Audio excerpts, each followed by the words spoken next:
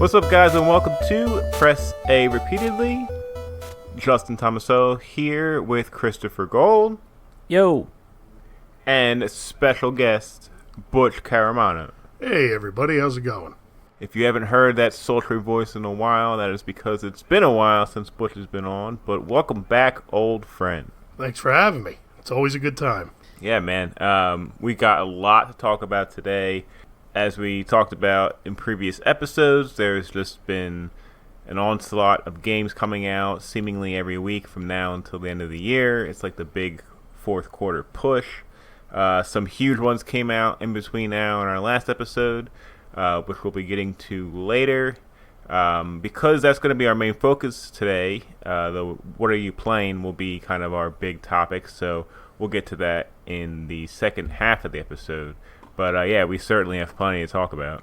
Yeah, we got, we warned you a couple episodes ago. We got a ton of games coming out, so yeah, we've just been busy playing as much as we can under the sun, and yeah, that's pretty much going to be our topic for this week. And Butch, we know you've been playing a lot too, so we're happy to have you on to help us out, discuss all these games. So yeah, really looking forward to hearing what you've been up to lately. Yeah, should be good. Yeah, but before we get to any of that, we have to address an issue, and Yes. that issue is last episode we actually received an email from a faithful listener and previous guest on the podcast, Lewis. We forgot to read that email before we recorded that episode. And we apologize to Lewis. We're sorry. We dropped the ball on this one. We fucked up. We remembered. We just remembered after we recorded. Right. After we submitted everything, we said, okay, this episode's good to go. We realized, oh shit, Lewis sent us an email. So, Lewis, we apologize. I know personally you've been very salty at me about it. So here it is. We're finally going to read your email. So back off.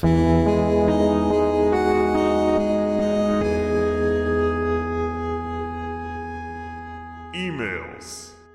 All right. So again, this email comes from Lewis, and again, you can email us at parpodcast@gmail.com.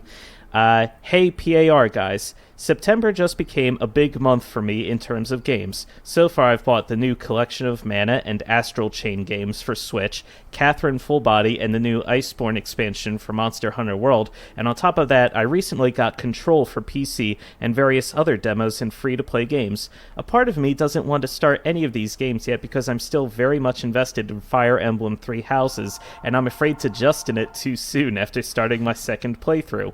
With more games on the horizon and being professionals at playing games as you guys are, how do you juggle all these games all the time? Is there a method to the madness? Sincerely, Lewis. I feel like this is the eternal question, right? Like, as we get older, I feel like we all kind of have to struggle with this.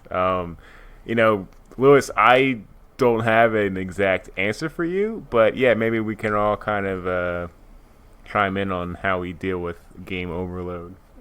I mean, that's, like you said, that's a question that we've been struggling to answer. I mean, we've tried to address the topic on previous episodes of the show, and it's not something that we've ever been able to come to, like, a definitive answer on. Like, I know there's a lot of really interesting and fun games out there, but the best thing, I think, to do is just to organize and prioritize, like, look at all the different games coming out and saying, okay, of the games coming out, which ones do I absolutely have to play, or which ones do I want to skip? Lewis mentioned he got Collection of Mana and Astral Chain, and I mean, those games are cool and exciting in their own right, but for some people they may say, like, Astral Chain looks cool, but it's similar to a lot of other previous Platinum games. I might hold off on that. So you kind of like pick and choose, and it depends on, your personality, your play style. So yeah, I guess you just kind of look at each game and just decide, okay, which ones can I kind of put on the back burner a little bit, and which ones do I have to play like now? Yeah, Butch, I think you probably have a little bit different viewing about this than we do. Because I don't really think you really buy games unless you're intended on like kind of playing them through until you're ready to beat it, right? Yeah, I'm a bit of a completionist when it comes to that kind of stuff. And it definitely bites me in the ass more often than it should. But so I don't get quite the volume of games, but the ones I do, I pretty much squeeze them dry. Same thing. I enjoy that though. Most people, they might get an okay feeling out of completing one, but for me, it's more about that. But still, and then you just have to tier it out. Is how I would figure. Like Chris was saying, you got to prioritize what you feel should be the number one game to you. Like, I have to play this right now because, it's something I've been waiting for. It's in a franchise that I really like. Stuff like that. Right. Like, Link's Awakening just came out, and I know a lot of people were saying, like, oh, it looks great or whatever, but then there's the other school of thought where people say, well, it's a one-to-one remake of a 1993 game, and I've played Link's Awakening before, what's the sense in buying it and playing it again? So some people may say, oh, it's worth it to get the game all over again. Others say, I'm not going to spend the money for it. So yeah, you just gotta look at it depending on what games are important to you to prioritize. Yeah. I think it hurts too because you kind of want to be in the now, right, with everyone. So like if a game X comes out this weekend, like, and everyone's playing it, like you're gonna feel like you're missing out if you're not playing it, even though you have another game that you've been working on or something. And it might be smarter to wait. Maybe it'll drop in price later when you are ready to pick it up and play it. But you want to be part of the conversation. You want to record a podcast with your friends and have some relevant things to talk about. I don't know. Yeah, because you always want to talk about the most recent releases so you can stay fresh and with it. And if you're late by a week, then the discourse is already run dry, which thankfully for 99% of people out there, that's never an issue. But for that select few, it's definitely can be a roadblock. Yeah, the social aspect of it is definitely a little daunting. When all like specific games when they come out, like Link's Awakening is a good example. I didn't just get it just because I knew everybody was going to be playing it, but it's nice to be able to be able to contrast and compare how people think and what they're seeing in it. Right. The same thing's going to happen when Luigi's Mansion drops. I'm probably going to end up getting that like day one, and I'll be playing that over stuff I already have that I'm already in the process of playing. But right, it just is what it is. It's called being an adult, and it sucks. You got other way more time-consuming stuff going on, and you just can't get to everything you want to do. Yeah, and it used to be easier when it was only AAA games coming out sporadically, but now, the rise of indie games, which of course is great, but it's just the sheer volume is overwhelming. I mean, you look at the Nintendo eShop as an example alone. You hop on there one day and you're at the home page and you're like, oh, there's like 3 games on this page that I wanted to check out. And then like next week you hop on there and like all those games are already washed off in favor of new games. So it's hard to kind of keep up and get them and play them and just be reasonable about it. Yeah, it's almost reminiscent of like the old video game crash in the 80s and early 90s. We're just getting flat. It's a little bit different because a lot of that was because the game quality was plummeting. Yeah, at that time, people literally made manufacturers cereal manufacturers were putting out video games play Tricks the video game or whatever. And do not down Chex Quest. That game still has a cult following to this day. I think that got remade. They did. They made an HD version of it. You can get it. That's incredible. I'm not dissing Chex Quest at all. I would never, in my wildest fantasies, besmirch the hallowed names of Chex Quest. I'm just saying that in the early 80s, people were churning out these games constantly. They were flooding video game stores. And like you said, Butch, there was no quality control. A big part of why Nintendo was successful was because they took all the games that were gonna come out on the NES and they personally like reviewed them themselves. And if they said, "Oh, this is like dog shit," they're not gonna put it on their system. And that lack of quality control is why everything went kaput in the early 80s. Now, a lot of these games coming out most of them are actually really good. Like, they're really well made. And that's what I was going to say. We're just dealing with the amounts now, not with the actual decline in quality. Oh, God, yeah. Yeah, I think it comes out to, like, volume over time, right? Like, none of us have the time we wish we had to devote to games. So you really kind of got to pick and choose. And, is there anything wrong with buying multiple games at once? No, if you want to maybe dabble a little bit here and there and just seeking something to talk about or experience it, like, that's fine. But, just kind of got to remember to not let it get too far away from you, like, because that's just going to keep happening. And then if you have some games that you really wanted to finish and then, you lose track of them in favor for other ones, that could be, harder for you to eventually go back and complete it. Yeah, or you end up being the person that has, 12 games still wrapped in wrapper, sitting on their shelf, not even touched. Right, yeah. Yep. Yeah, it's tough. But, you just gotta do the best you can. Yep. Yeah, no one method to the madness. So, yeah, Lewis, sorry we don't have an easier answer for you, but that's, Whenever that problem bums me out, I always think about how it's a good problem to have, right? Like, too many games, like, it's better than, like, the industry dying and just getting swallowed up by bigger corporations or anything. Oh, yeah, definitely. Right. All right, so I think that's going to do it. Louis, thank you for the email. Remember, you can email us any questions or comments or anything else to parpodcast@gmail.com. And maybe we'll remember to read them. Not guaranteed. All right. So, since this is a special episode, we're saving What Are You Playing for the end. So we're switching up the formula a little bit. So we are actually going to dive right into the Indie Arcade. Indie Arcade. If you remember from last time, I assigned Justin the adorable-looking indie game Dicey Dungeons to play. So, Justin, take it away.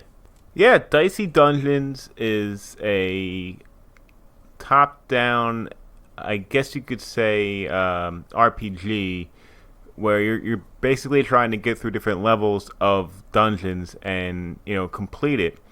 And when you complete a dungeon, you'll start a new one that's stronger, and you kind of build on that momentum. Basically, the whole idea is that you play as different classes, like a warrior or a thief, like standard classes you're used to in RPGs. And some special new classes you wouldn't think of, like there's a robot class and a witch class. Ooh. And these classes, these characters, are in this magical dungeon where they get transformed into actual dice, like like a die, like a 6-sided die that has like arms and legs, a cartoony die. Right. And the theme of the game is like a game show, like almost like what's that? The dating game or the match game? Oh, okay. Yeah, it's got like a really like a comical theme to it. Like, oh, who's behind door number 1? And it's like the warrior dice or whatever. But yeah, the game is like, the gameplay is simple but really addicting because each of the classes has different moveset, like a different way to play the game. Like the warrior is like your basic guy, right? Like his special move is that he can re-roll his dice, to do more damage. And how the battles work are you have different moves, but you need, when you roll dice before, you roll a handful of dice actually before each turn. And then you kind of can move those die into what move you want it to use, and it'll do that amount of damage depending on the die that you put there. So like if you have like a sword slash or whatever, and you roll a 6, you move that 6 to the sword slash like slot, and then you attack for 6 damage. And of course, different moves have different like multipliers or like work differently. Like if you have a sleep spell or whatever, that might only work with die rolls of 4 or higher. So if you roll a 3, you can't use it, but if you roll a 5, you will be able to use it. It's really interesting, and as you go through these dungeons, you find chests and shops where you can unlock new abilities or sell an old ability for a new ability. And it's got standard RPG fare where you level up, you get stronger, and as you venture on, you're fighting enemies that are at your level or maybe one level or above, so it gets a little tough. And it's got that roguelike mentality where you basically are just going as far as you can until you die. And then when you die, you just start the dungeon over again, or pick a different class to go with. And it's actually really fun. The artwork is awesome. It's got like this cool storybook, like watercolor, I guess, kind of appeal to it. And it's got a really great sense of humor. Like the enemies that you're fighting aren't just like standard like goblins and orcs and stuff, but like one of the enemies I think is called Loud Duck, and it's just a duck with a boombox, and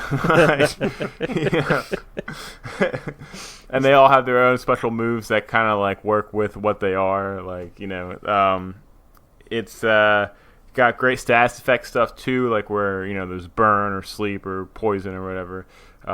Where if you burn somebody, their die catch on fire. And if they want to use that die on their next turn, they have to basically extinguish the fire, which hurts them for 2 damage. Or if you freeze somebody, it turns all their die to automatic 1s. So no matter what they rolled, it would be a 1 because they're frozen. Oh. So like it uses the stats effects to play into how the die are rolled, and it's really creative. Now the special classes are really awesome because I did my first run through with the warrior, and like it was fun. But it was a little bit easy and standard. Like they even tell you like this is like the intro character. You should use this guy if you've never played like a game like this before.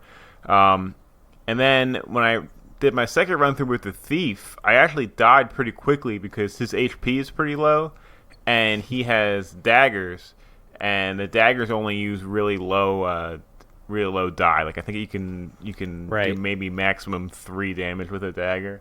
So you're doing way less damage, and so you're in battles longer, you're taking more damage. So that was a little tough. And every player has like a focus meter that charges when they take damage. And when that fills, you unlock like a special ability that you can use on your next turn. I'm trying to remember some of them. The warrior has a total like reroll where he can reroll all of his die.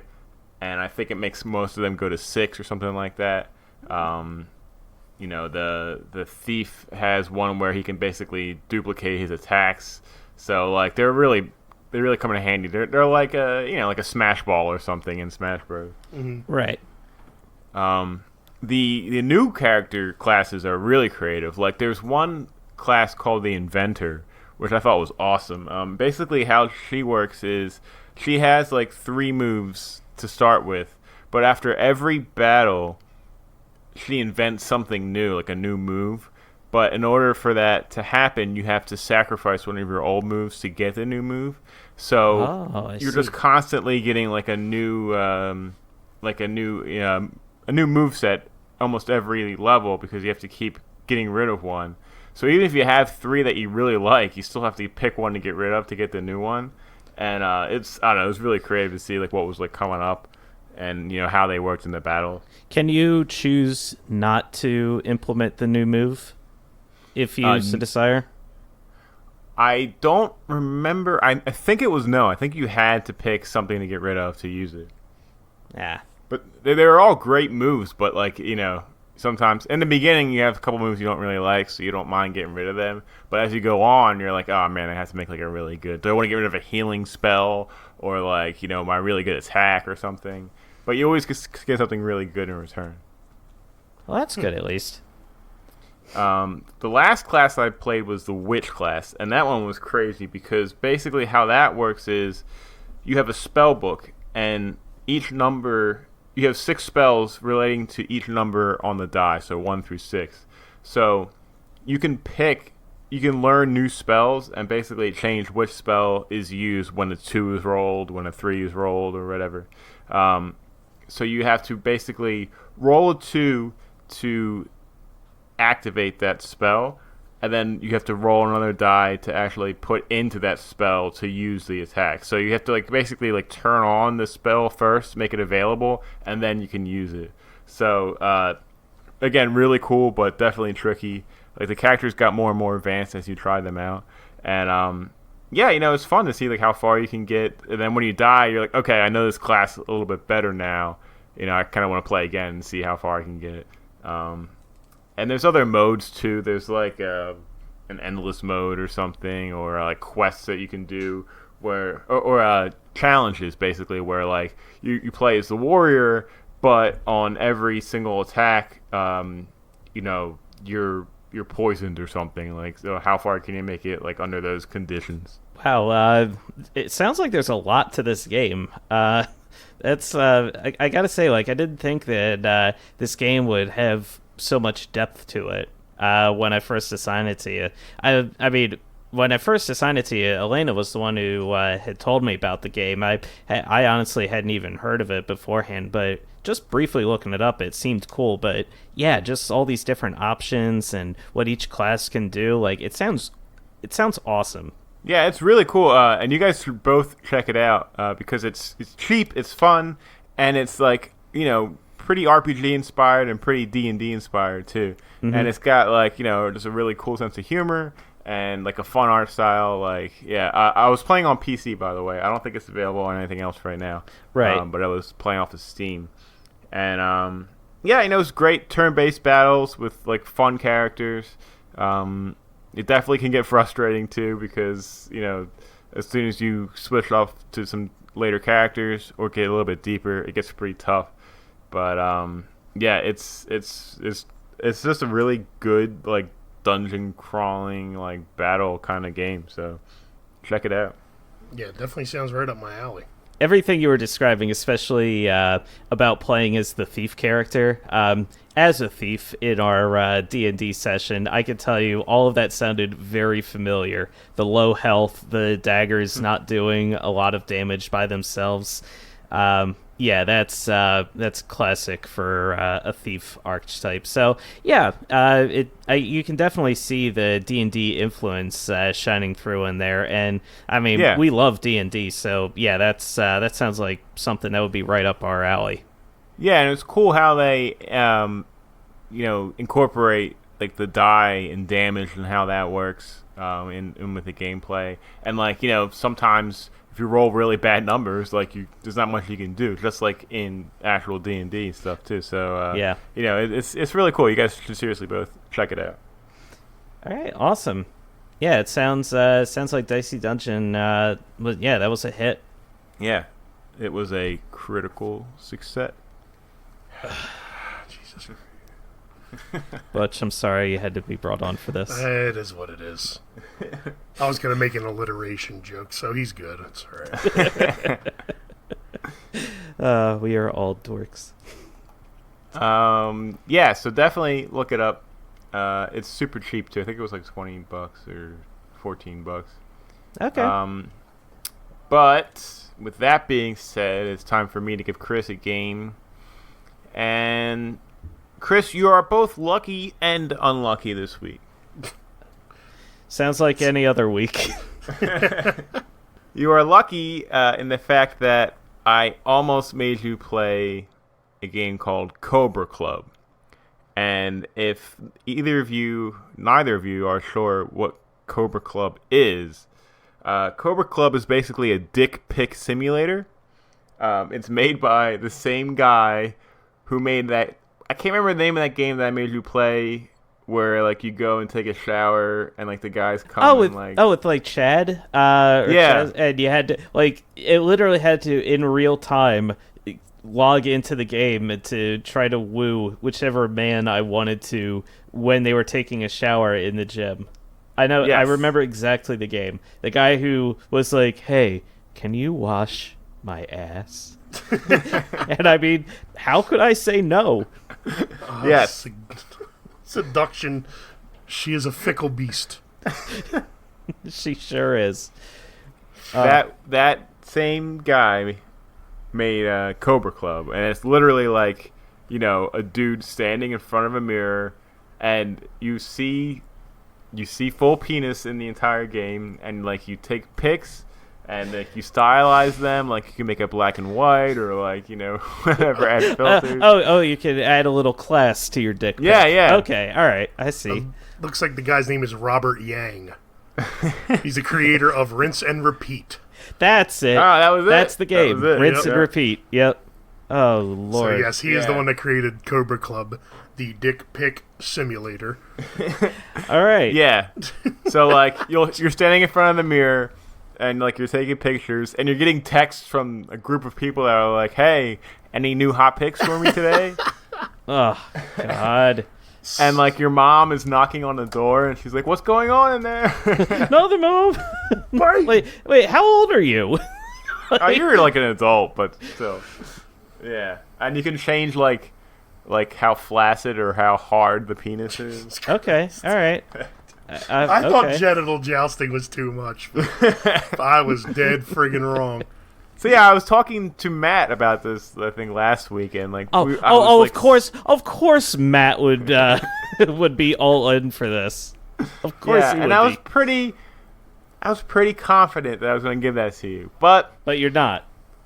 I'm not, because it just wouldn't be as fun to hear you explain like audibly. Like, we need to figure out a way where we can get you to sit down and play that, and like have it streamed or some sort of video capture card, so like we can see the entire experience. So I do want to do that at some point. You will be playing that game at some point. Oh, we just gotta figure that out. Oh, okay, good. So I'll put that on my calendar.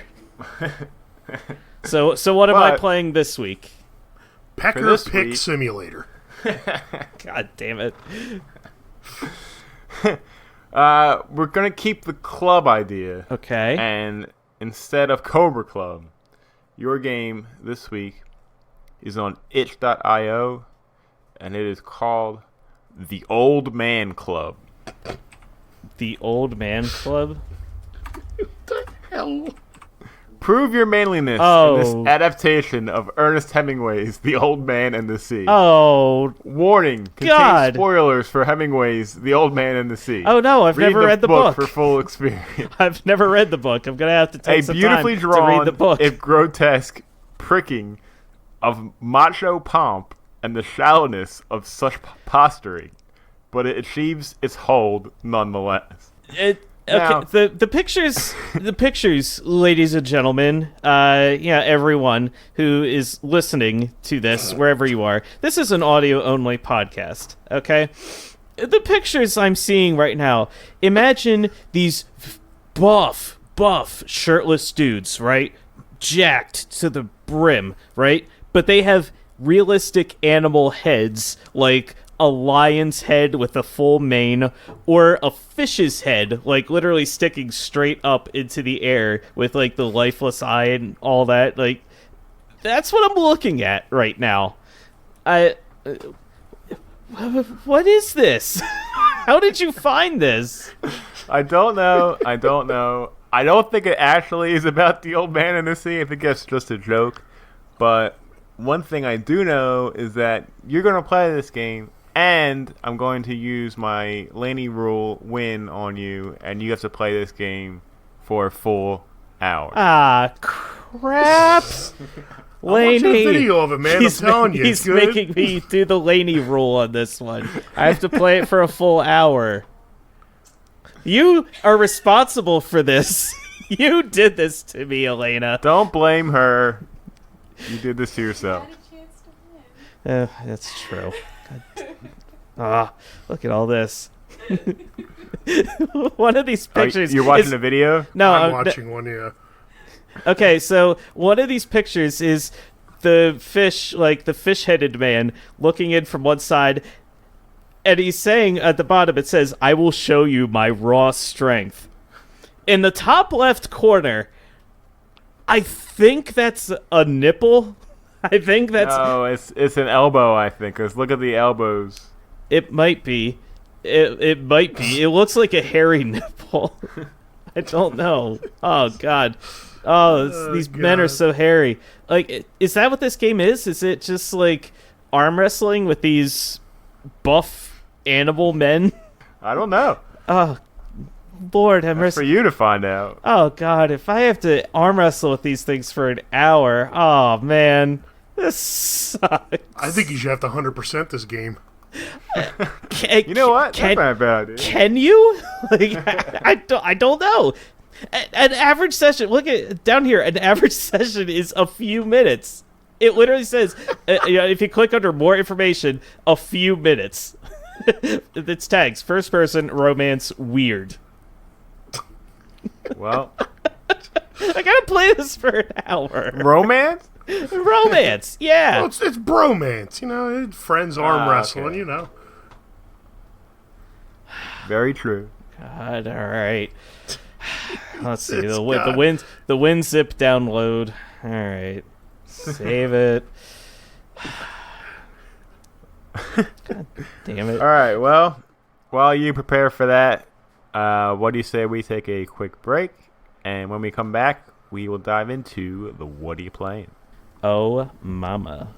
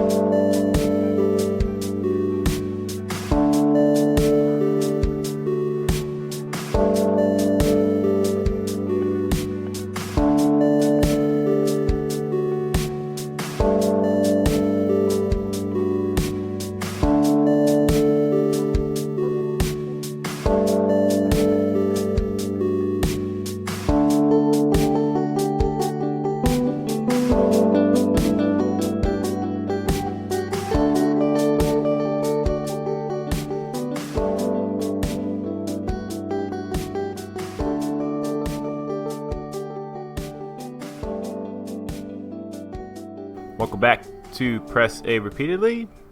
Justin Thomaso here with Christopher Gold and Butcherford Caramano. And yes, it is time to get into what are you playing this week because, well, we've been playing a lot. There's been a lot of big releases that have been out since our last episode. And we're going to start with one that we've all played already before we go into the normal what are you playing. And that is the new Link's Awakening remake, which came out on Friday as we record this. It was 2 days ago. Everyone was really excited about this when it was first unveiled a few directs ago. The art style, just the reimagining of a classic Game Boy game. Has this so far lived up to your guys' expectation? Butch, I'm going to let you go first since you are our special guest. Okie dokie. I did end up playing the Game Boy version, but not until later in life with the emulator. Mm-hmm. I never had it as a Right. kid, but it really is a 1-to-1 remake, which, some people might see that as a negative thing, but I think they did a really good job with it. The art style, I think, is beautiful. The way it looks on screen is gorgeous. Oh, God, yeah. It's incredible. Yeah, and then the full orchestra friggin' soundtrack. I'm guessing it's an orchestra. I Oh, honestly yeah, I'm haven't pretty looked it up, sure. but It's the soundtrack is very it's good. It's like gorgeous.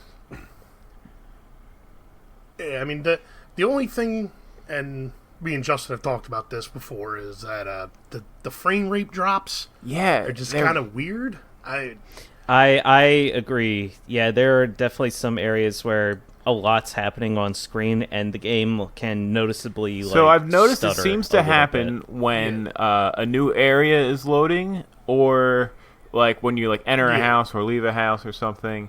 And maybe that's just like more of the map loading or something, but it's just surprising to see that, especially from like first party Nintendo. Like you really don't see that often, of just like, No. you know, like frame rate crashes like that. I mean, it's very noticeable. Like even people who don't really look for that kind of thing are going to see that. Now it's not like altering gameplay bad or anything like that, but it's just I find that surprising. There's a few small things I find surprising about the game. That's definitely one of them.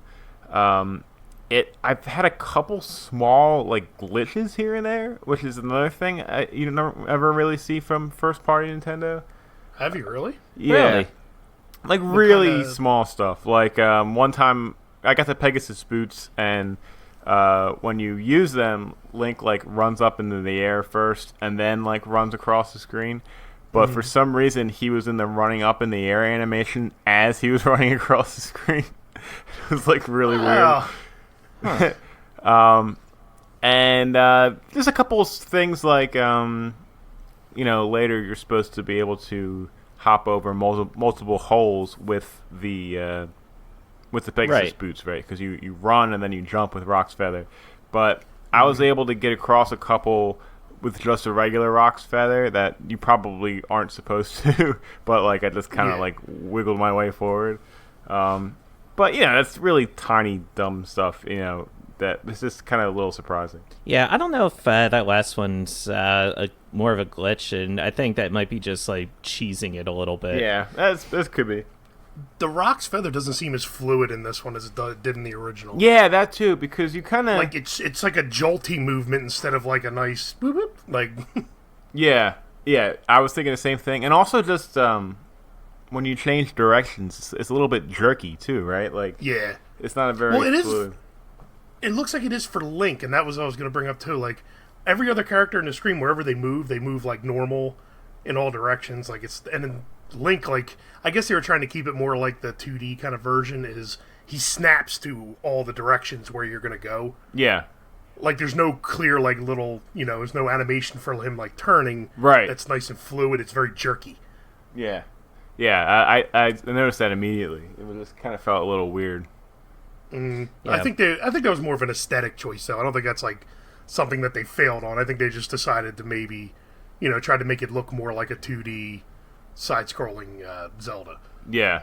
And you can definitely see there were like little things I guess they did to help ease the graphical load a little bit. Like there are definitely some points where for the most part like the screen looks pretty clear, but then there are some areas where it looks like, you know, it has that like Vaseline smeared around the edges. Yeah, I was type just gonna look. bring that up. The too. top and bottom of the screen are like that. Yeah. Yeah, that is surprising.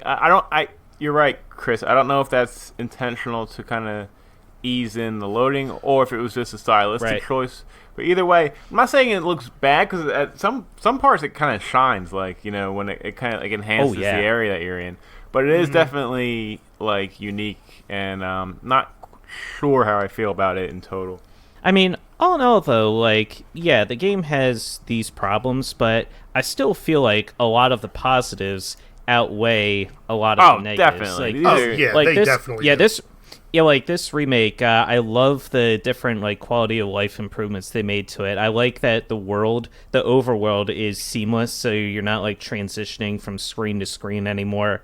That's pretty cool. I like that in the old game, because it was for the original Game Boy handheld, you only had the 2 buttons plus the directional buttons to work with. So a lot of the items, like the sword and the shield, they had to be mapped to the different buttons, and then if you wanted to say lift something with the power bracelet or whatever, you had to take off the sword and put on the bracelet and switch back if you wanted to use the sword. Now they just have the sword and the shield assigned to dedicated buttons, as well as the power bracelet and the Pegasus boots. So really the X and Y buttons you can swap between the other items, but you can use those other items whenever you want. So it makes the whole thing more free flowing. Like it feels better in terms of actual flow of gameplay. Oh yeah, 100%. That was one of the things I was most excited for when I heard about them, because that was the biggest pain in the butt part of that game, was having to swap constantly between, because you're always going to want Rock's Feather and you're always going to want Pegasus Boots. I mean, there's certain things you're always going to want to use, and it's nice being able to have like that other extra couple buttons that aren't being eaten up. Right, especially because a big chunk of the overworld is designed around you having the Pegasus Boots and Rock's Feather equipped most of the time, as well as the power bracelets. So you're constantly, when you're playing the original, having to swap to have those items equipped a good chunk of the time. Oh yeah, God, I forgot that the original you had to actually put the power bracelets on your bar when you wanted to lift something. I completely forgot about that. Yep. I like how they really incorporated the shield in this version, especially with a lot of the combat. Like the enemies will be moblins will be throwing arrows at you, or you have the sword and shield guy coming at you, and you have to kind of block their attack to make an opening and then attack them. The shield play definitely feels great. Probably the strongest it's been in a Zelda game. Oh yeah, before like you said, Justin, you're absolutely right. The shield was more of like, you can use it to defend yourself. But here, the sword is actually part of the strategy in attacking a lot of these enemies. Like you can't defeat some enemies without the shield. So it's really shines through in this version. Have either of you guys played Dampé's the dungeon creation minigame? I found him, and I went to his shack, but I haven't started any of it yet. Okay, yeah, I haven't either. I was just curious if either of you have played that mode. No, I'm same as Justin. I found him. I found the shack, but I'm not that far into it yet. I've been kind of absorbed in another game. Okay, yeah, just I was curious. I know. Jason Schreier on Kotaku, he wrote about that minigame and he mentioned how disappointed he was in that, because apparently the way it's framed is you take these rooms from different dungeons that you've beaten, and you can create your own mini dungeons based on a lot of those rooms that you've accessed. But the rooms are one-to-one versions of the rooms that you've beaten before, and there's no secrets or tricks to anything. You can't customize it to be if you defeat a certain number of enemies, a staircase opens up and you go to a different room. It's all very vanilla. It's just the same as playing those rooms all over again. Yeah. There's no variety or extra stuff. That's what I was expecting, though. I thought they kind of explained that pretty well. I thought they did too, because I wasn't expecting a game-altering thing to that. They just threw that in there to give you some sort of end-game content, because the game overall is not that long. It's a game. Yeah, it was to help you justify the $60 asking price, which I'm still not thrilled about. I expected it, but... Well, I feel all right, it's it's a shorter game, yes, and it's a remake of an older game, but you look at the graphical upgrades, you look at the seamless world, you listen to the orchestral soundtrack and all that, that's where the $60 is going to. Yeah, but then you get those frame rate issues, that really aggravated me. Okay, I guess, but for me, I guess the frame rate issues, they're not such a big deal to me. I'm not playing the game and if there's a frame rate hiccup or whatever, I'm not oh, come on, this is bullcrap. It honestly doesn't bother me that much. I noticed the frame rate issues, but I'm just Well, but think about if you bought a AAA title right now that was a brand new game and that happened, the hoopla that would be around it. If you're this game's dropping, and trust me, this is not a game-breaking thing for me at all. I still love the game. I think it's beautiful. It's worth $60. Same here. But imagine if you bought a game. These dips have to be into the 15 FPS. Yeah, it's just crazy. When you can visibly see choppiness, that means you're really low. And how does a game like Odyssey not have any of that? But this does. I'm just curious as to what. I think if I had to take a guess, it happens when scene transitions happen, like you said. Camera angle changes is when it really when it zooms into something and then zooms back out. When it does that motion, everything gets choppy for a little bit. Yeah. And I think the lighting in this game looks more advanced than most stuff that they put That's out. very true. Yeah. And I think the lighting is what's eating up a lot of the DRAM, and I guess it's just... Or video RAM, not DRAM. Video RAM, and I think it's just it's lagging the system behind. Which, I mean, like I said, not a big deal. Right, yeah. And I still love the game, and I think they did an amazing job with it. Yeah, I think overall they did a really good job, and who knows? Especially nowadays, they might put patches out to fix a lot of those frame rate issues. I mean, they did that with Breath of the Wild. I mean, when Breath of the Wild came out, there were some areas where it was bad, especially in the grotto where the Master Sword was. The Lost Woods, those areas, the frame rate dropped significantly. Yeah, and that's all dynamic lighting. That's what eats. Yeah. Dynamic motion and dynamic lighting for grass and then light rays eats up a video card.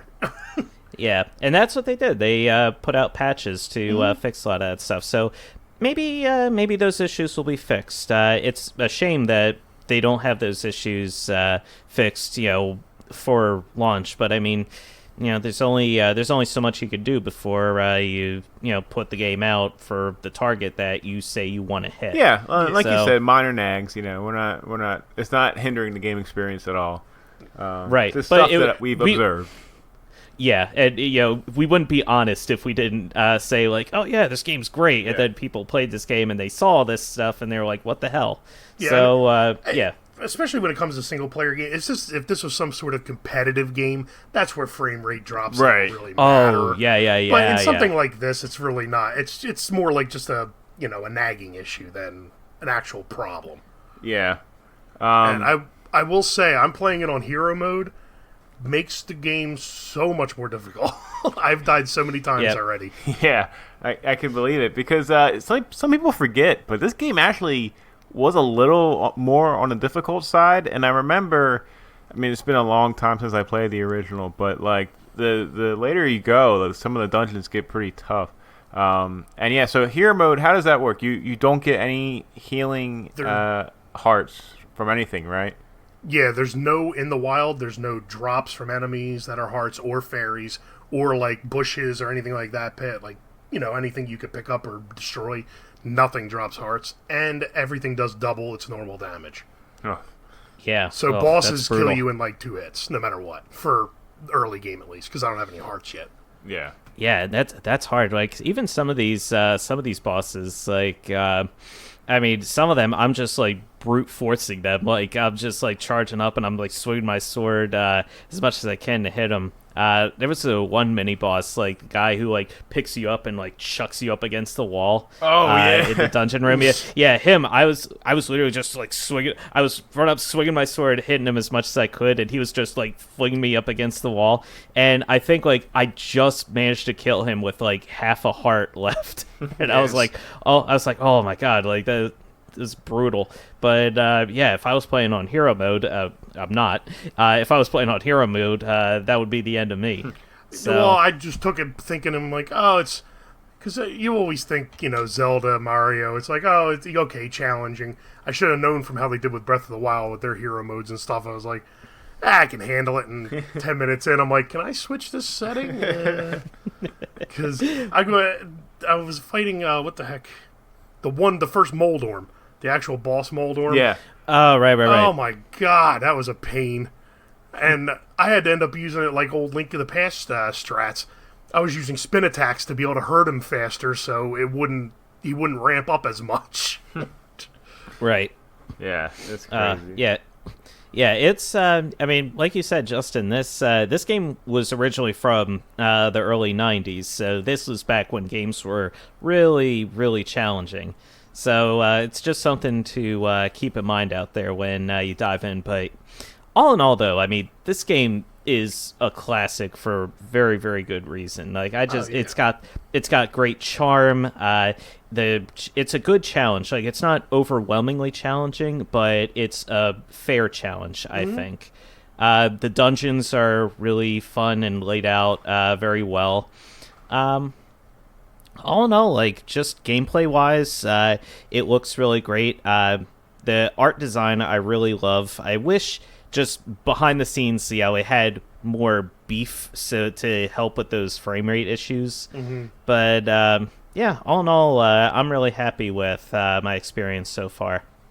Yeah, and going back real quick to the 1-to-1 remake, some people like that, some people don't. I love it. It's given me all these memories of the game that like I've had but just kind of forgotten or something, and just going back to that time when I was a kid and actually playing Link's Awakening like on the Game Boy. I love how like campy and dumb some of the dialogue is, and that they kept it in there. There's definitely a lot of like weird parts of the dialogue that they've kept in there. So like if you can remember where to find like all the weird stuff, it's still there. And like I think that's really awesome. Yeah, I'm just thankful that they didn't keep the picture guy in the game. Do you remember the photo guy? Yeah. The guy Link's who like Awakening drapes came down. out when the Game Boy camera came out. Yes, So I remember it. He would just randomly interrupt you, and it would take a good 2, 3, 4, 5 minutes just to get through his dialogue and stuff to take some stupid photo of you. Yeah, I remember that. And in fact, the art style of this game was directly inspired by the pictures that guy took of you. You know, Oh, like I didn't how even think about stylized, that. like how stylized, like Link looks and Yeah. everything else looks in those pictures. That is the direct inspiration for the look of the remake. Is that in the original Link's Awakening or the Link's Awakening DX that came out for Game Boy Color? It might be for the DX Because I don't remember Was that. it the DX? It might have been. Yeah, you're right. So that's probably why it's not in this version, because it's a remake of the original game. Now, speaking of the original, Justin, you and I were talking about this yesterday or the other day on Twitter. One of the classic things that you can do in the original Link's Awakening is the shop in the village where you first start out the game. You can actually steal from that shop. And then, you get whatever item you steal for free, but you get labeled as a thief for the rest of the game, and you can't ever go back into that shop ever again. So you got to make sure whatever you steal, you make it count. This game, we had a little bit of confusion about that. Apparently you can steal, but it's really, really hard to pull off. Yeah, I created a separate save file just to try it out, see if that you could do it, and I couldn't get it to work. I mean, I tried to steal a bunch of stuff, and they just kind of stop you at the door and say, "Hey, don't steal." So I'm not sure. Maybe later you're able to do it or something, but and I'm hesitant to try it on my main game because I don't want to be labeled a thief for the rest of the game. Right, and also, it's a good thing that you did, because if you do steal from that and you try to go back into the shop, the shopkeeper will hit you with a magic beam, killing you instantly and giving you a game over. So yeah, it's a good thing you created a second save file. But yeah, I saw you tweet out they took out the option, but no one had said anything about that option being removed from this game. And I looked it up, and I watched a video of someone doing it, someone stole from the shop in the remake, and I was like, that's weird. And the person did it the way that I initially told you. He picked something up, tried to go out the door, and the guy told him, "Hey, don't steal." So the guy went, picked it up again, and just walked out the door with it. And it was like, "Oh, you just stole from the store. I hope you're really proud of yourself." And I was like, okay, it seems pretty cut and dry. But yeah, then Elena was trying to do it, and she couldn't do it either. Yeah, I don't know. Yeah, I haven't tried it yet.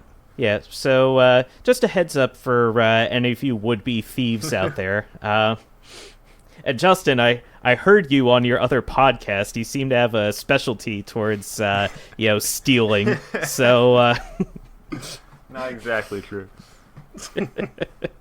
Oh, sure.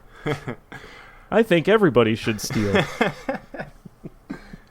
All right. So, any final thoughts on Link's Awakening before we move on? Link's Awakening is great. Play it. Yeah, worth a get. All right, I agree. With that being said, Butch, the floor is yours. What are you playing? What are you playing? That's the end of this episode. Remember, press your post notices. Quick, call 911. Let's see. Should I start with the big one? Yeah, man. Go right ahead. Okay. Yep. All right, yeah, so I've been playing Borderlands 3. That's been my go-to game right now. Oh, what a surprise. Yeah, I know. It's shocking, right? A looter shooter. Who would think I would be involved? I saw 5 minutes of that, and actually, God, it looks gorgeous. Yeah, it really does. It looks beautiful. Honestly. And, I guess I'll start right there because it's, might as well get the bad stuff out of the way first. For me, personally, it hasn't been an issue.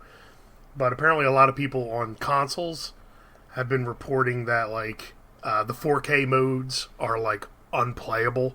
Because they're supposed to be at 4K at 30 frames per second or 1080p at 60 frames a second. That's supposed to be, like, if you have the pro versions of the consoles. Right. And apparently they're nowhere near, like, playable. Like, it's not 30 frames a second. Wow. It's, like... Oh, really? Yeah, like, drops into, like, the single digits at times. That's not acceptable. That's not cool. No, and that's... It is, I mean, I can see why the cell shading, people think it's a lower graphic tier, like, you can render it more easily, but the cell shading kind of eats up a lot of your video. It really does. And apparently the DRM that's in the game is making it run slower. I think they said like 7 or 8 frames a second are going just to your DRM because of the lag it creates. Oh, boy. And all this, I mean, like I said, this is from what other people have reported. I haven't had an issue with it. And I'm playing at 1440p with ultra settings on a computer. And I'm running a steady 75 frames a second. Like, I have the frame counter right in my corner of my screen at all times because I heard this before I started playing it. So I was like, let me keep an eye on it. The cutscenes are all limited to 30 frames a second, so you can't get above that there. But I haven't had an issue with it. But, I mean, I do have a pretty gaming-heavy computer, so apparently from what I'm hearing is, for whatever reason, the game's actually very processor-heavy. And if you have when I built this one, I got the 6-core processor from Intel. Apparently, if you only have a quad-core, for some reason, the game just eats it, and it cannot keep up. Really? So, yeah, that's what people have been reporting, at least, because people will be saying they have, I have a 2080 RTX, and I'm getting frame rate drops, which you wouldn't think would be the case. But, I don't know, just a tidbit for the beginning of this, get the bad stuff out of the way early. Right. Other than that, I really am enjoying the game. I'm having a blast with it. It's the typical, Borderlands humor, over the top, stupid, childish at times. Go in expecting it. Yeah, I heard a lot of people were actually complaining about the writing, saying that it felt like very trying hard to be funny type.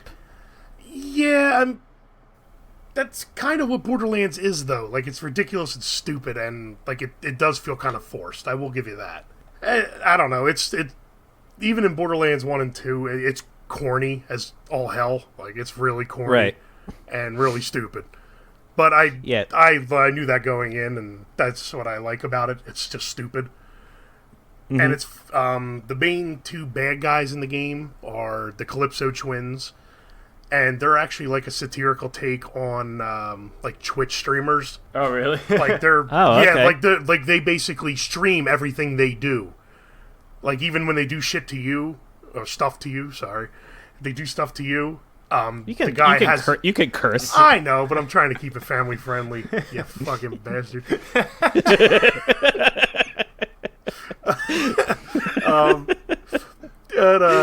When they're doing things to you, like the cutscenes, the guy has the one brother has a camera on him at all times. He pops it off in streams, and they always end things with "Don't forget to like, follow, and obey." And so. They're basically trying to open up the Great Vault, and it's just going through trying to stop them is basically the story. I don't want to give anything away. Yeah.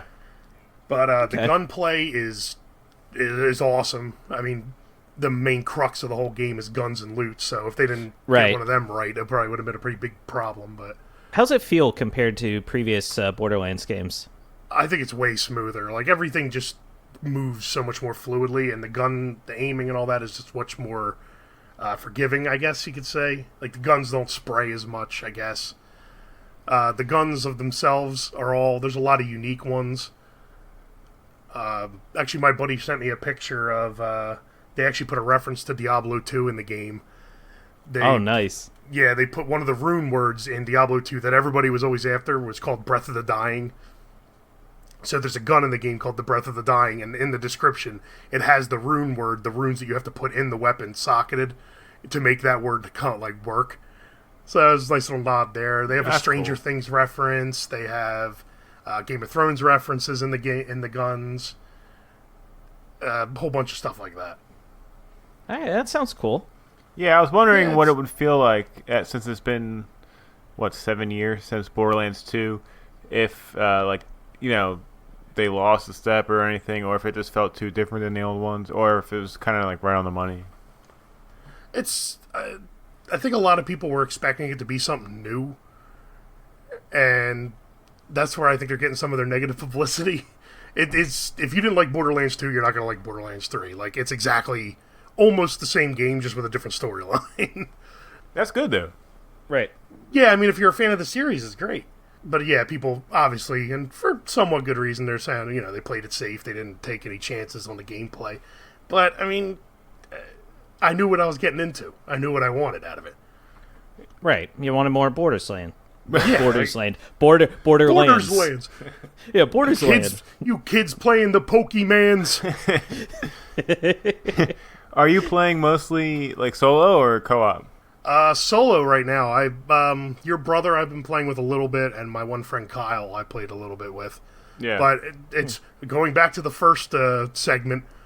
It's hard getting everybody on top. Like, when I can get on, other people can't get on. When they can get on, I'm asleep because I'm an old man and I wake up early. Yeah, no, I hear you on that one. Yeah, but overall, I think it's a really good game, and it's still going. I was telling Justin I was trying to beat it. I'm on the last boss. I'm outside of the last boss area, right before we got on here. I was trying to beat it before I got on today. But how many hours have you sunk in? I really don't know. I would have to say probably 30. That's good. Yeah. Yeah, I mean that's pretty. That's really good for the main quest. Yeah, and then I get into True Vault Hunter mode, and then all the extra stuff after that. Right. The real loot grinding stuff. Okay. Awesome. So, All right. Overall, pretty good. Yeah, that's definitely one I want to pick up. Not right now, but maybe a little bit later when it drops in price a little bit. Yeah, which I don't think it'll take that long for it to drop, honestly. Yeah. Especially with the Epic Games Store. You never know what the hell kind of random deals and stuff they throw out. Yeah. Yeah, that's is that Epic exclusive right now? Yes, until March, I believe, of next year. Wow. Okay. Yeah, so they got it for about 6 months exclusive. All right. Yeah, good for them. And after that, I've been playing more Overwatch, standard stuff that when my one friend's on. He's getting more and more toxic, though. It's kind of hilarious. So it makes it harder and harder for me to play. Kind of, I guess, sinking into the classic Overwatch community issues. Yeah. And, I mean, whatever. I'm not like that, but whatever floats your boat. And that's basically the same. Couple new character iterations and all, but nothing too crazy. And then, I guess the Link to the Past randomizers would be the only other thing I'm really playing too much. Yeah, you were playing them for a while. Yeah, they're fun. It's like breathes life into an old game. It's awesome. You just download the ROMs for that? How does that work? Basically what you would do is you have to download the version 1.0 Japanese ROM for the Super Famicom. And after you get it, you go to the A Link to the Past randomizer community website.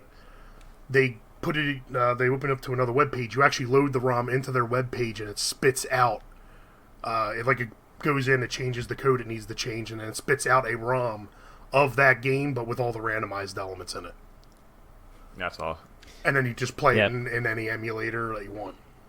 Yeah, I love whenever I have the chance, seeing people on Twitch whenever they play those randomizers. They just look so crazy, and I love like some people try to speed run those randomizers, like at the Games Done Quick events. They have sometimes they run the Link to the Past randomizers. Sometimes they run the Link to the Past / Super Metroid randomizer, which is just a whole different tier. Yeah, I do want to do it, but I'm not as familiar with Super Metroid as I should be to do it.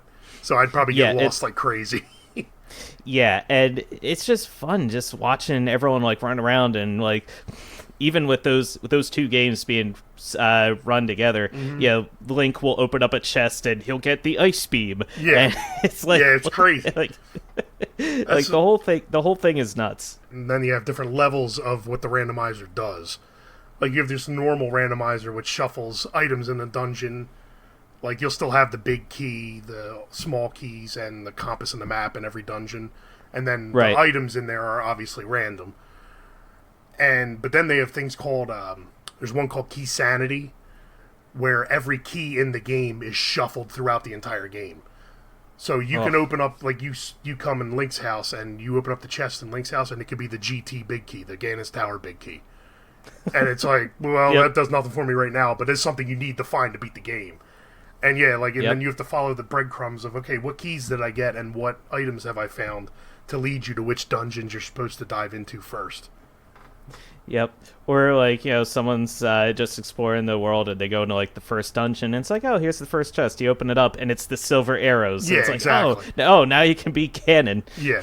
Which, honestly, it's awesome because it's not like a normal Link to the Past. You get to actually use those silver arrows on all the other bosses, and it kills them really quick. As long as if you play on hard or expert, you can't use it anywhere but Ganon. That's cool. Right. But for my basic ass, I just use the normal mode. And then they have all the different sprites that you can download and play as instead of Link. So you get like a little aesthetic change. You can actually inject different music into the game. Like it'll be like people who make custom soundtracks of the actual songs in the game. You can have that instead. It's interesting. I guess, that's pretty much it for me. Were you playing as Garfield one time? Yes, I was. I sent you guys a picture of it. I was Garfield, and then his bunny form was Odie. I remember that. That's very appropriate. There's a Luigi sprite, and if you get hit with the bunny beam, you actually turn into the 8-bit version of Luigi. It's really cool, actually. They're fun. Oh my god, that's hilarious. All right, Justin, you want to go next, or do you want me to go next? I'll go. All right, then go. Yeah. See if I care. Stop fighting. Let's see. I got Torchlight 2 on the Switch. Just recently came out. I was playing that online a couple nights with Nick, and that game is awesome. Like, I'm having a ton of fun playing it. So what is Torchlight 2? So, as I understand it, Butch, correct me if I'm wrong, but I think it is the team or guys that worked on the original Diablo left Blizzard, and then when they formed Runic Games, they made their own type of Diablo, and that was Torchlight. Yeah, that's pretty much it. Yeah.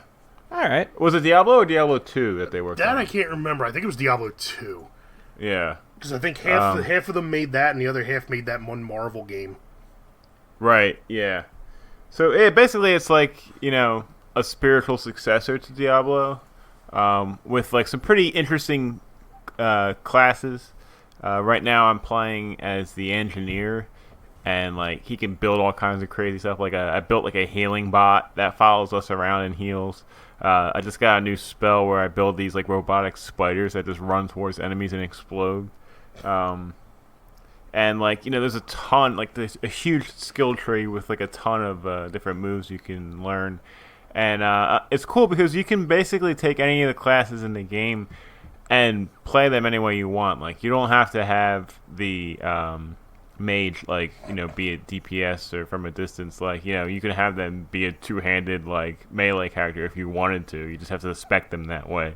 So you got options there. It's got a really cool, like, cartoony-ish style to it. there's this whole pet system where your character has a pet with him or her, and that fights with you and just travels alongside with you. And if you're loaded up on stuff in your inventory, you can load it onto your pet and then send your pet into town to sell it, and then your pet comes back, so you don't have to wait to get to a town to sell everything. So that's pretty cool. Okay, so you can send Skippy or my wolf is named my wolf is named Winston. Oh, okay. It's a very classy wolf. Does Winston have a monocle? No, unfortunately. He's got a pipe and a top hat. Yeah. It's very classy. But yeah, there's a ton of different animals to choose from that you can pick as your pet. Crazy ones too, like a llama or a unicorn or something. They added the mud crab from Elder Scrolls. Yeah, as a side, yeah. Oh, all okay. this weird stuff. Yeah. But yeah, it's awesome. It runs great on the Switch. It's an older game, but it's running really fluidly on the Switch. Online is good. Mine was bad because my internet sucks right now. But when it was working, it was fine. Playing with a controller works pretty well. In the actual gameplay aspects of it, menu navigation is a little bit of a different story. It's kind of hard to kind of get through everything, basically just using the joystick instead of a mouse. But, it's not impossible. You learn to adapt to it. But yeah, it's just a really fun top-down, action, dungeon crawling game. And yeah, it's only $20, so if you're interested, look into it. Yeah, I still think I'm going to pick that up. Yeah, and making a room and everything was seamless, and hopping in and out is fine, and you can play solo or online with the same character. So yeah, it all works really well. All right, very cool. And I picked up Knights and Bikes a couple weeks ago. Knights and Bikes was a game that Chris and I both were pretty excited about. A little while ago, we did an episode about indie games that were coming out that we were anticipating, and this is one of them.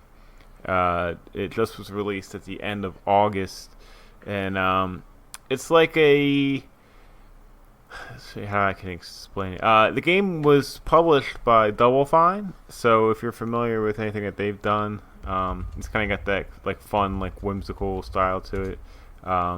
It's got a really cool storybook art style. It's a 2-player co-op game that you can play solo. If you play solo, the second player is AI. It's actually pretty smart and good, which is a nice help. And you play as these 2 girls. It's set in the 80s, and they live on a town that has a buried treasure on it, which you're trying to find. But then all this supernatural stuff starts to happen. That sort of thing seemed to always happen in the 80s. Yeah, it did. Yep, small town children having to fight, some sort of creepy evil to uncover some buried treasure. The usual. Yeah. And as you go, you pick up some different abilities and stuff. You're exploring, you're fighting little legions of enemies. The one girl's got a frisbee she can throw, or water balloons. The other girl has a stomp move where she can stomp in a puddle and attack that way. There's a lot of puzzles that you kind of have to work together, kind of with you stand here on this platform and I stand on the other one, and then the door opens. It's it's fun. It's simple idea, I guess, but the presentation is very nice, and I think it would be a lot more fun when you're actually playing with someone. You can play online or couch co-op, and single player is still fun too. But in single player, you're just kind of bouncing back and forth between the characters. Yeah, it's a charming game. It's pretty fun. And I'm definitely liking that a lot. All right, cool. Yeah, I just love the art style to it. Yeah, it's really cool. Yeah. I think that was $20 too. Mm-hmm. So, if anybody want to play that, that is that. Let's see. I played one more game, but Chris, you also played that game, so I'm going to let you talk about that, and I'll kind of chime in here and there. But yeah, let me throw it over to you. All right, so I think I know exactly which game you're talking about. It's the game that is a very honkin' good time. That, of course, is Untitled Goose Game. Sponsored by Wawa. We are not a sponsor of Wawa, although I wish we were. Because I meant they sponsored the game. Yeah, I wish. No, but yeah, Untitled Goose Game. The game that we have been looking forward to for quite some time. It was one of my most anticipated games of the year, and finally got a chance to pick it up and play it on the Switch. And it is really everything that I hoped it could be and everything that was promised. You know, the game was advertised as you get to be a goose, you roam around this little town, and you're an asshole to people. And that is exactly what the game is, and it is fantastic. Yeah, it's really clever how they turned basically being a dick into like a pretty creative puzzle game. Yeah, it's funny. It's like a stealth puzzle game almost, because you have to be really creative in the ways that you are a dick to these innocent people. And it's funny. Like, you start out with the goose, and it gives you like a to-do list of different things that you need to accomplish for each potential person, each victim that you come across, who is just going about their day, living their lives, nothing else, and then you come along to ruin their day. And this to-do list tells you all the things that you have to accomplish in order to ruin their lives.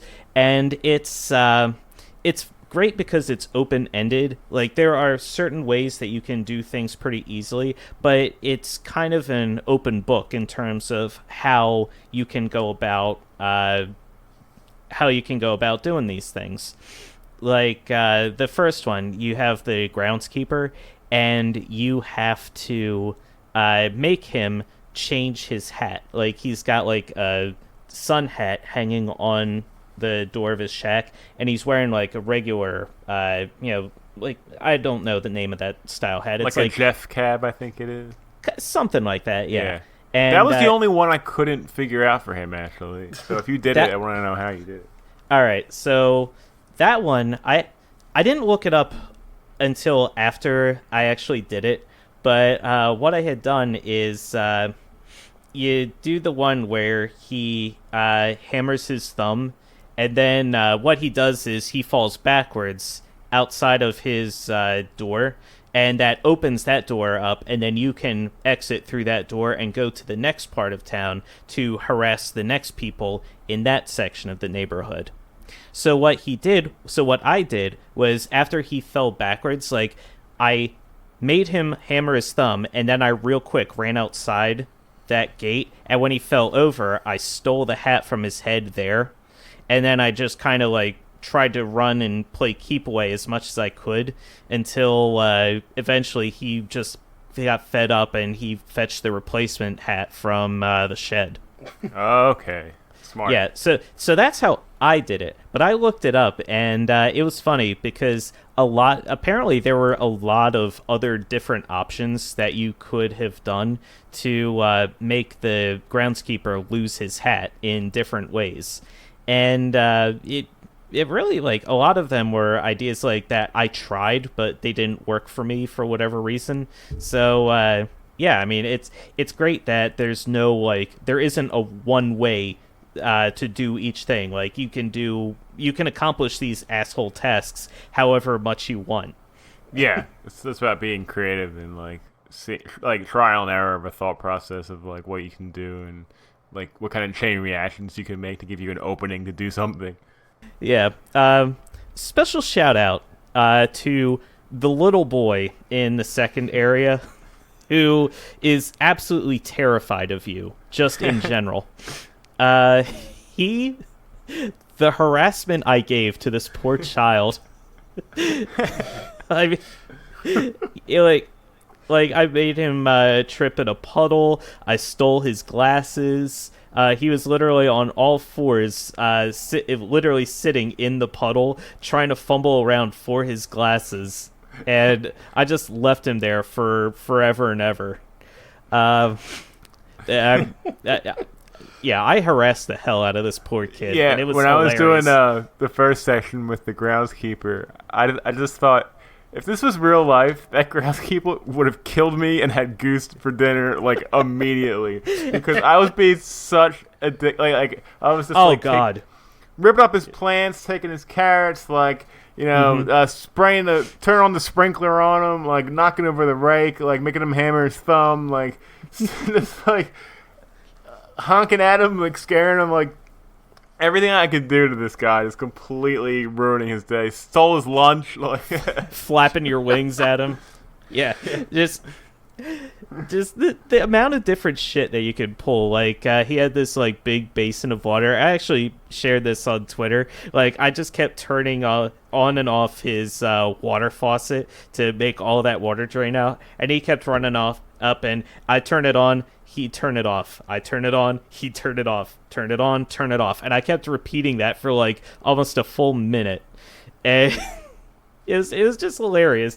I can only imagine the frustration this guy must have been feeling to this asshole Goose. There was one sequence where I ran up to him. I took the keys out of his pocket. I threw them on the ground. I turned on the water basin, and then just honked at him and like walked away. And I was like. I felt like such an accomplished asshole at that point. My favorite are just like the little moments. Like later on in the game, there's an old man and he's got like a harmonica sitting on the barrel, and the guy is playing darts, right? And I walk up to the harmonica, and the guy turns around and he sees me, and he and I are just staring at each other for like a good solid like minute. And then I just steal the harmonica and take off running. And the guy's like, "Urgh!" He just takes off running after me. Just having to stare down and then just yoink. Yeah, it's really it's stupid and fun, but like it's got a really nice like a classical piano soundtrack, and just the art style is actually really nice. It works well with the game. Oh yeah. Yeah, I guess the only problem I would have is that some of the puzzles require you to kind of wait for somebody to do something. Like for example, the kid, like when I was trying to get him to polish his glasses so I could honk at him and scare him and he'd drop his glasses, but he just kind of randomly does different things. Like he'll go back to play with a soccer ball or pick up his toy airplane, and he just kept doing like those two things for like 20 minutes. I'm just waiting for him to like take off his glasses, because that's supposed to be like an RNG thing for him to do, and he just wasn't doing it. So like sometimes you're kind of like waiting around, just like, come on, like do the thing so I can do what I have to do to like move on here. Here's how you can make him do that. Make him drop his glasses faster. Sneak up behind him, untie his shoelaces, and then honk at him and chase him. He'll run and he'll trip and fall, and his glasses will go flying off of his head. Yeah, that's true. I didn't realize the shoelaces were something you could interact with until way later, but yeah, that would have been a lot easier. Yeah, then you can run up and steal the glasses that way. I'm with you though on that, because there's one sequence later where you have to sneak into this one area, and you have to hide in a box, and you have to wait for someone to come by, grab the box, and take you into this area. And you can be sitting there for like a good 5 minutes or so, just waiting for, like in real life, for someone to just come by to get you, and all that time you literally have to just sit there and do nothing. Yeah, you gotta play the waiting game sometimes. Yeah. It's really good though. A lot of people have said like, this game's like really short. I feel like this game is short in the way where it's the perfect length of time, where if if there was more to, if there was like a lot of different areas where you were being an asshole to different people, I feel like it would be like, okay, this is starting to get a little old, but the game is like just the right amount of time for me. Yeah, it doesn't overstay its welcome. I like to call that the Octodad effect. Yes. Yeah, it's the perfect length of time. You get to be a complete dick to these people, but if there's only so many times you can be an asshole to these guys, and then after a while you're like, okay, all right, this is, it's getting a little old, and then you're like, I want to like move on. Then the game's like, all right, you're done, and it's like, oh, good. Yeah, I cannot recommend this game enough. It is fantastic. It's right now it's on sale on the eShop, at least as far as I remember. Yeah, I think they did a introductory weekend sale where you can get it for $15, but then I think maybe tomorrow it goes back up to 19. Right. So it's definitely worthwhile, even if it's even if you pay the full $20 for it. I think it's well worth it. And all in all, it's you're not going to go wrong. It's everything that was promised. Would you say if it's good for the gold, it's good for the gander? I would. I actually would. Funnily enough. Oh man, that's good. That was the stupidest thing I've ever said. That's honestly, I think that's the smartest thing you've ever said. That deserves to be on the back of the box. What's good for the gold is good for the gander. Exactly. PAR podcast. No, that's solid. I mean, that's a solid pun. All right, so that's Untitled Goose Game. The other game I played, nothing too crazy. I was doing more of the SNES online, and I beat Super Metroid. And then I decided to dive into yet another old personal favorite, one of my favorite games ever, Super Mario World 2: Yoshi's Island. Oh, nice. Always a good game. Yep, featuring my precious boy himself, Yoshi, going across the island, taking baby Mario with him. The game is great, and I love 99.9% of everything about it. But man, when you lose Mario and his cries as you rush to get him, oh, that is like nails on a chalkboard. It's just the worst sound. That made me hate that game when I was a kid. Oh. Then, I don't know, maybe 10 years ago when I played it again, I was like, oh wait, this game is awesome. Yeah. If anything, the annoying cries is supposed to motivate you to get Mario faster, right, so that you can make that noise go away. It's just like a real kid. Exactly. Although, in real life, there are many different ways to keep a kid from crying. All right, that's it's getting weird, Chris. Yeah, that sounded mischievous. Yeah, I don't know. All right, I'm sorry. That is not good for the gander. That is not good for the gander. All right. So let's see. Aside from Yoshi's Island, that's that's really it for me. Yeah. Like we said, busy time. Mm-hmm. More stuff coming, of course. So much more coming. Yeah, what's next on your guys' radar? Let's see. What's next? Say Luigi's Mansion 3. Mm-hmm. When is Outer Worlds come out? Oh God, I completely forgot about that game. Yeah, that's coming out next month, I believe.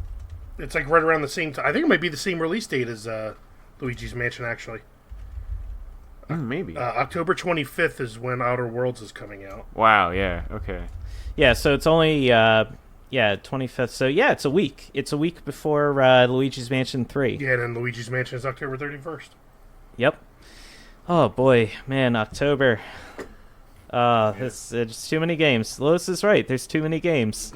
It's a constant fight, but we fight the good fight. We do. We sure do. Yeah, I guess that's it for today. Butch, thanks for coming on, man. Always a pleasure. Always glad to have you on, Butch. Yeah, we're all gonna shut up now so we can go back and play more games. Yeah, I've got. I just beat the third dungeon in Link's Awakening. Gotta hop back to that. Yep. And yeah, that's gonna do it for this week. So remember, Press Save repeatedly posts new episodes Tuesdays on Apple Podcasts, Google Play, Podbean, YouTube, and Spotify. If you like what you hear, please take a moment to rate and review this show, or tell your friends about us. It helps other people find the podcast and will really help us grow. And thank you to all who have rated, reviewed, and subscribed so far. We love you. You can follow us on our Facebook page or on Twitter and Instagram. We are at PAR_podcast. I'm at Seagold113. Justin is at Oaf7724. And Butch is in a grotto deep in the woods somewhere. Where I belong. You can email us any questions or comments at parpodcast@gmail.com. That's parpodcast@gmail.com. And don't forget to check us out on our website, pressarepeatedly.com. That's all for this week. Chris, Justin, and Butch signing off. And remember to honk incessantly at a small and frightened young child. Press A repeatedly.